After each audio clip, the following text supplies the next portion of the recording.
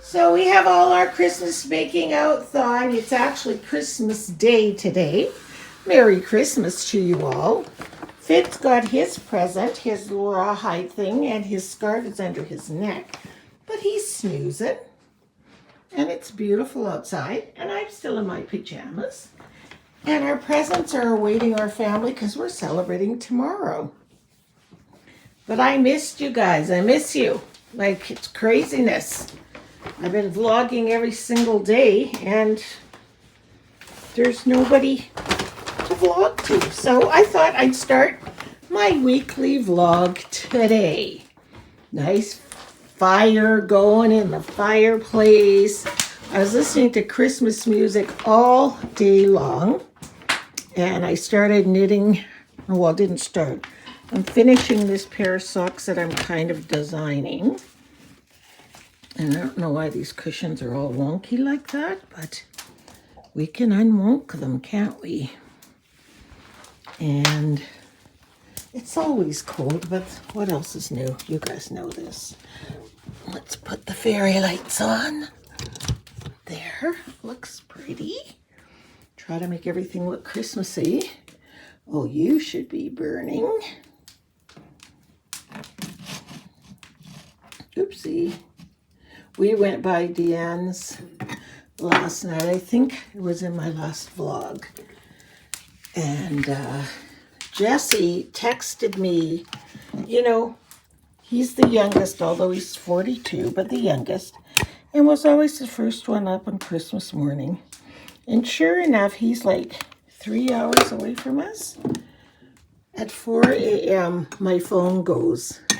And I'm like, who the hell is texting me? Oh, it's my youngest, I mean. Merry Christmas. Oh, I was going to put candles in these. I'll do it for tomorrow, if I remember. And the stockings for the kids are all filled. So I will hang them. And I want to hang, where did I just put it? Those little mitts. I think I'll hang them from that window. And I think I'll do it right now. Let's fix these. I hate messy cushions. Drives me nuts. Okay, we took the blue ones up and put them on our bed, so these will do. Now, where did I just put those? I'll be back.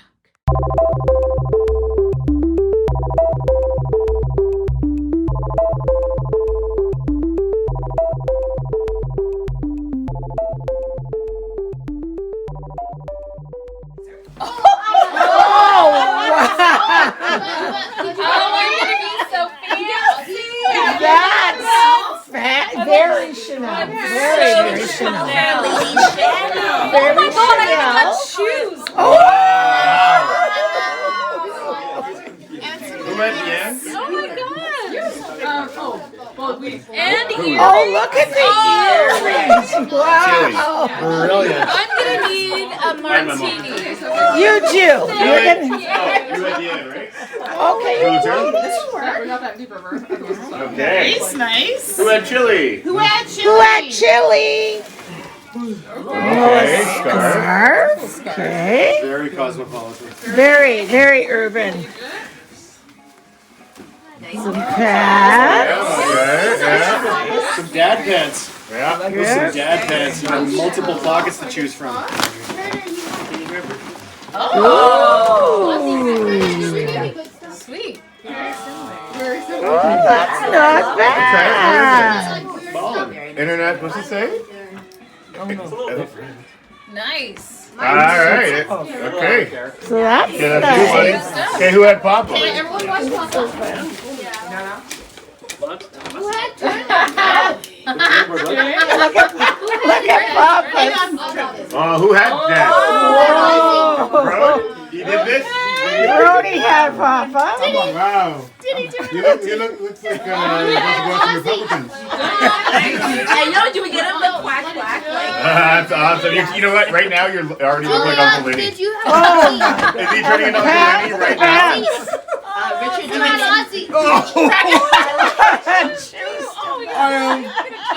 I'm a hunter. all separate Richard? Do we get you the this year or next year? I'm a hunter.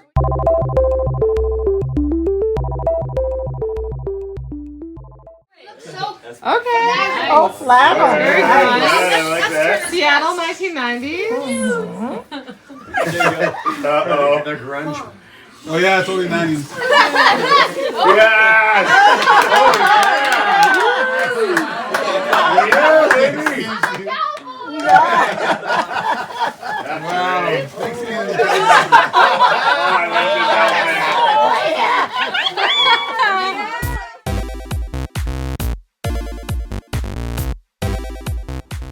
I have to say, this was the most fun idea for Christmas we have ever had. The kids hadn't even opened their presents yet, like their real presents. They were more excited about this Goodwill clothing gift exchange than anything. Look at me trying to look all sassy. Deanne too, like we were just laughing so hard. Felicia and Curtis were the only two that didn't dress up, so they were our judges, which is a great idea. If you have people that don't particularly want to participate, then they could be the judges. The Julia looking all sassy. Jesse, I had Jesse. Look at him. And Richard. I mean, it's like he should be in Deliverance. And Shannon was hilarious. All that jacket and everything was glittered. And this is Shannon's boyfriend, Lee. We all laughed so hard. He was hilarious. And of course, Trip, our cowboy, was the overall winner. New Year's Eve around these parts. And so I've decided, thought we were babysitting two of our grandsons tonight, but we have 0. So it's just me and Richard, which will be fine and relaxing. So I thought, you know what? I chose my word for 2023, and my word is intention. And so to do things with intention, don't just fly around thinking about, oh, I need to, you know what I mean? Like, get up, think about what you were wanting to do, and do it. One of those things that I procrastinate about is going into the art cabin. Now, I'm not someone that can go on super far walks, but I surely to God can walk from my house to the cabin. I make all kinds of excuses like, oh, it's too slippery, or there might be dog poop on the path, or like I expect someone to prepare my way like I am the Queen of Sheba. If it's slippery, I can sprinkle some of that salt. If there's a little Tootsie Roll on the path, I can clean it up. Like, I'm not a queen or a well, I am, but you know. In order to make my life more intentional, I have to take a big, huge part in that intention and not sit around and wait for everybody to do things for me. So, that's what I'm doing today. Heading outside. And I have toothpaste. All that time I was talking, I had toothpaste on my mouth, and I'm so sorry. So Richard was out here with me, but he went inside. He said he was going to make supper, reheating some food, and I'm still out here. And so, you know that book? I think I showed it to you before. I just literally just added stuff on here. I found those brads, and they're 23 for 2023. It's not dry. This, I stamped on one of those. I grunged it up. And it says, experience is not what happens to you. It's what happens. Nope. It's what you do with what happens to you. So experience is not what happens to you. It's what you do with what happens to you. So then I've got some washi tape. And this is actually film. Like a slide film, old-fashioned film going down there, newspaper, washi tape, more washi tape. This was on this. You can see the flower here was on a Jo Malone perfume sample bottle I had. This echoes what's over here, and then I made some black circles with this chalk ink. And you know what I was doing? I was trying to use, I brought out a few little things, but I was trying to use what I have out here already, like my Mod Podge, my gel. I wanted to see if it got too hard or if it's okay, you know what I mean? And it all seems to be just fine, thank you very much. So yeah, that's what I did. There's more paint out here. There is all of that up there. So I didn't try any of those, but I will. And I tried some of the inks and they work fine. And I got some ephemera from down there. And this is basically what I brought out here. Hardly anything. So yeah, it was kind of fun just do that. I did not want to cover the moon nor her hands. Those were the two things I wanted to remain the way they are. So I had started in this journal before and here, so I'm just going to carry on. I'm going to start with my word intention. And I might just put it in as stickers and just the word, if I have enough letters. It's amazing what kind of crap you have. You might as well use it, people. So that worked out perfectly. Intention. So Richard just told me everything is all ready. So I gotta pack everything up. It gets so dark out here because I'm in the backyard and I'm out here, just me and Fitzy. Hope no coyotes get us. Hey, Fitz. So I'm just gonna gather up my stuff, especially got the dog sweater, his scarf. I got Richard's sweater and my laptop. Laptop being probably the most important. Got it in my arms. I'm going to bring my mug in and off we go to the house, which is right there. See how dark it gets? Come on, Fitzy, let's go. Hopefully no one's going to get us. No scary animals. No grizzly bears.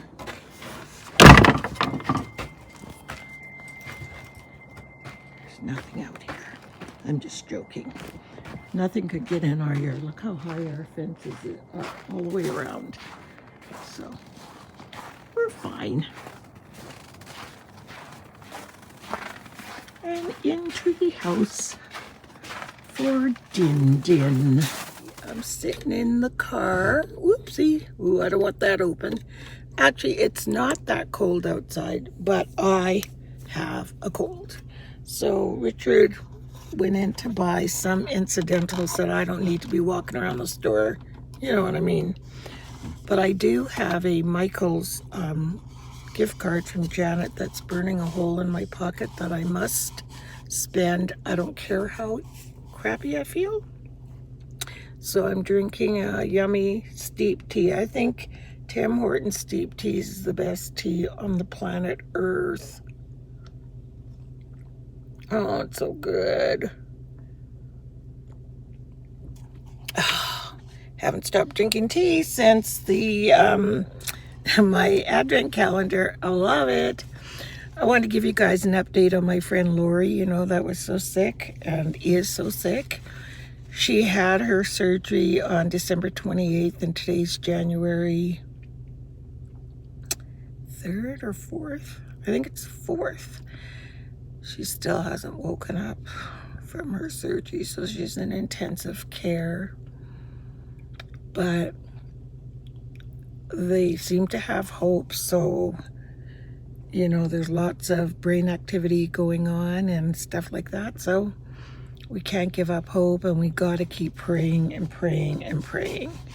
her body was just so sick and weak and tired before. I'm just thinking it just needs a rest. And somebody's car lights are shining on me like a movie camera. Like, oh, she's vlogging. Let's give her her light.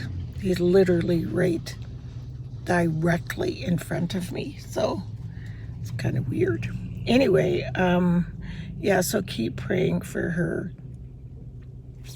We had a great Christmas. It was wonderful. Had such what did we do New Year's Eve? Nothing. We actually, I think, fell asleep. Then we woke up, and I was sitting in the chair and I had dozed off, and Richard was already in bed. And then he must have heard the countdown before me, because I woke up and he gave me a big kiss, and I was like, "Why are you kissing me?" Which is so funny. He's like, "Happy New Year," and I was like, "Oh, yay! It's New Year's." Okay, night. You know, it was just craziness. And then what has been happening? It was nice having the boys home. It was so nice seeing the family. Jesse and Indy have gone back to Vancouver to join Julia. Turner came by. You know, that kid is an amazing teenager. He came by our house yesterday on his way back to Red Deer to his billet family, you know, for hockey and everything. And that little sweetheart said, "Nana, I'm going to come by and spend some time with you before I go home."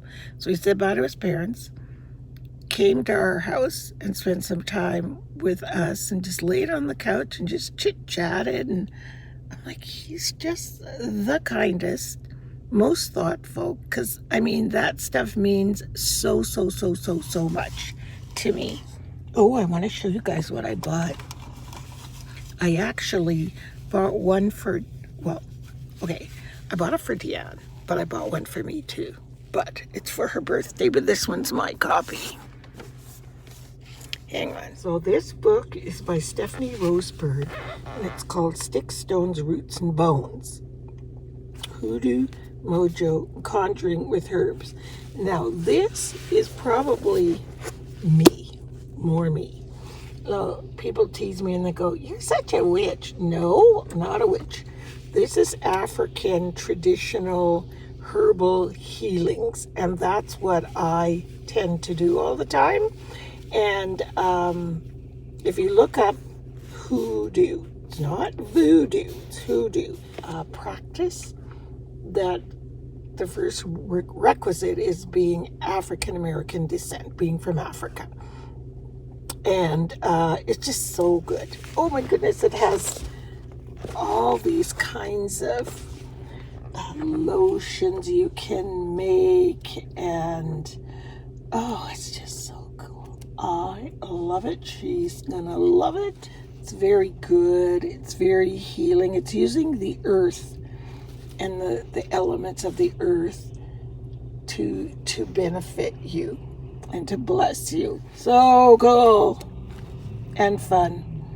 And it's so funny because my sister and my nieces, they'll always, "Okay, Monica, we need to do something because blah, blah, blah, blah, blah. And we need to do this." And we just do it, and it's fun. If it doesn't work, it doesn't work. Who cares, right? But it's just this book, the research this woman did, her name is Stephanie Rosebird, is unreal. What is this section on? You know, it's very important when you were an enslaved African from that heritage. Like most of my descendants landed in North Carolina, so just above the South Carolina there. That's where they came into. And it's just so important for you to understand who you are, where you came from. So, hi everybody. It's been quite a minute since I came back on here. I think last time I was on here, I told you that Lori had had her surgery and she hadn't woken up from her surgery. And unfortunately, on January 6th, Lori passed away. I'm completely heartbroken, shattered, sad. I don't even know what to feel. It's just when you lose a friend that has been a lifelong friend since you were children, you literally grew up together, shared every experience from high school to dating, to our weddings, to our babies, to them getting older, and now to our senior years, and she's gone.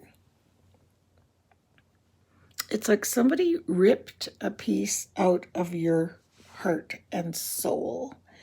And I have been in such a funk. It's like I'm walking around with cement blocks on my feet under a big black cloud. That's how I've been feeling. I ended up getting quite sick, and I'm sure part of that is grief. I'm sure it is. Grief is stress, and stress causes lupus. Lupus feeds on that. It's like, yay, she's stressed, you know. So I've got a really bad chest infection kind of deep in my left lung.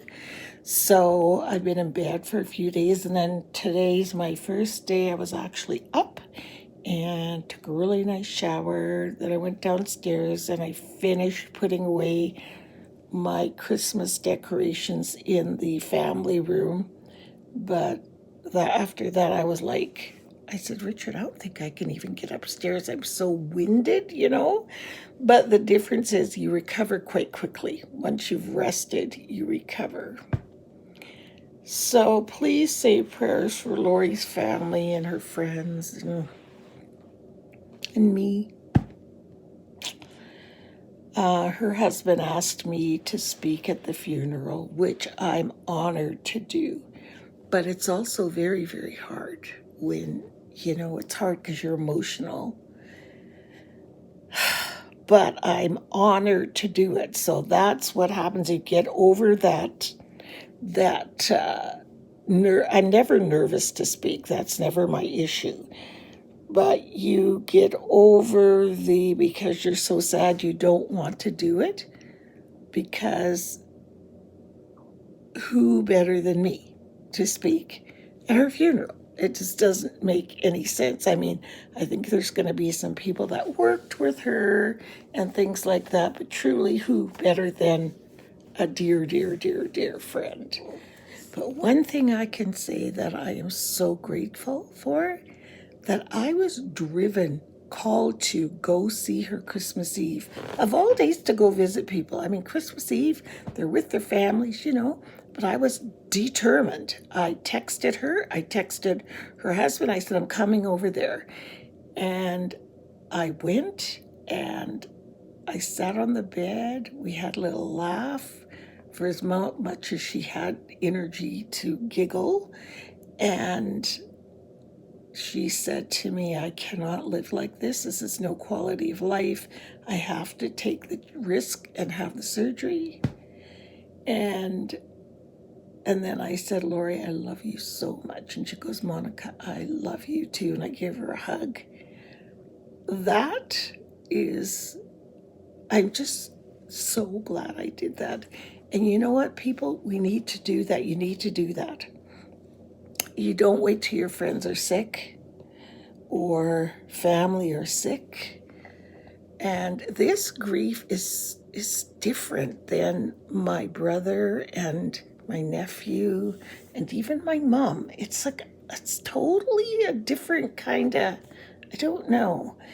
And also, I think it's a culmination of, you know, my nephew passing away suddenly, my brother passing away, then Deanne's father-in-law passing away, and now Lori passed. It's a culmination of all of these deaths. It's almost like as soon as I get a phone call, I think someone's going to say somebody died. There's also that too. So the day that Lori passed away, I literally started knitting these socks out of the finest yarn. Let me show you how fine. There. Can you see how skinny? That's number one fine. Probably the finest you can go. Why I would knit socks out of that, I don't know. But I found it so healing and meditative because it was something I could do. I could just sit there and just keep, I don't know. I felt like it was somewhere to put my sadness. So I'm calling them Lori socks, even though that's not what they're called. So I got one made already. It looks like this. It's a nice little pattern in it, and it's striped. It's self-striping yarn, so I've got that one. And then I'm almost done I'm almost done this one. I'm at the heel where you turn the heel. But I want to have these done before her funeral, which is on February 10th. And I also want to have her eulogy done because I have to have eye surgery on January 30th. So I want to get it all written in the event that I won't be able to see that well. And if that's the case, then Deanne will read it for me. Lori's her godmom. So, yeah. So that's where we're at. So I want to end this vlog because I'm determined to get a vlog up every 2 weeks.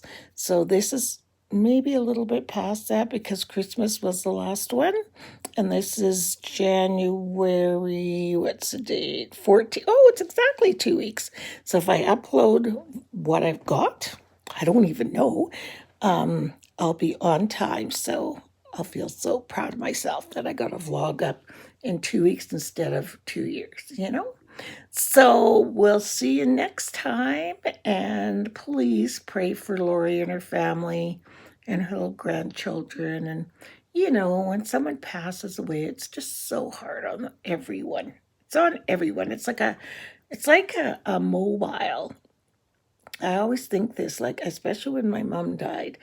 And, a mobile is balanced and it hangs and it swings and everything's in balance. And then you cut off one of the pieces of the mobile. And then it's all unbalanced. Everything's all wonky. And then it has to readjust again. That's what death is like. Everybody is just all unbalanced. It unsettles you and unbalances you. And I'm sick of grief. I truly, truly am. I know they say to know true grief means that you know true love. But I'm sick of being in that state of grief. If this was in the old European days and you're supposed to wear black every time someone passes away for a year, I'd be in black for the next 10 years. It's crazy. So anyway, that's where we're at. So hopefully next time I talk to you guys, my cold will be gone. And because 2 weeks from now is 28th, right before I get my eye done. So I'll see you guys in 2 weeks. And I hope you have a nice rest of your January. Thanks for watching. Bye.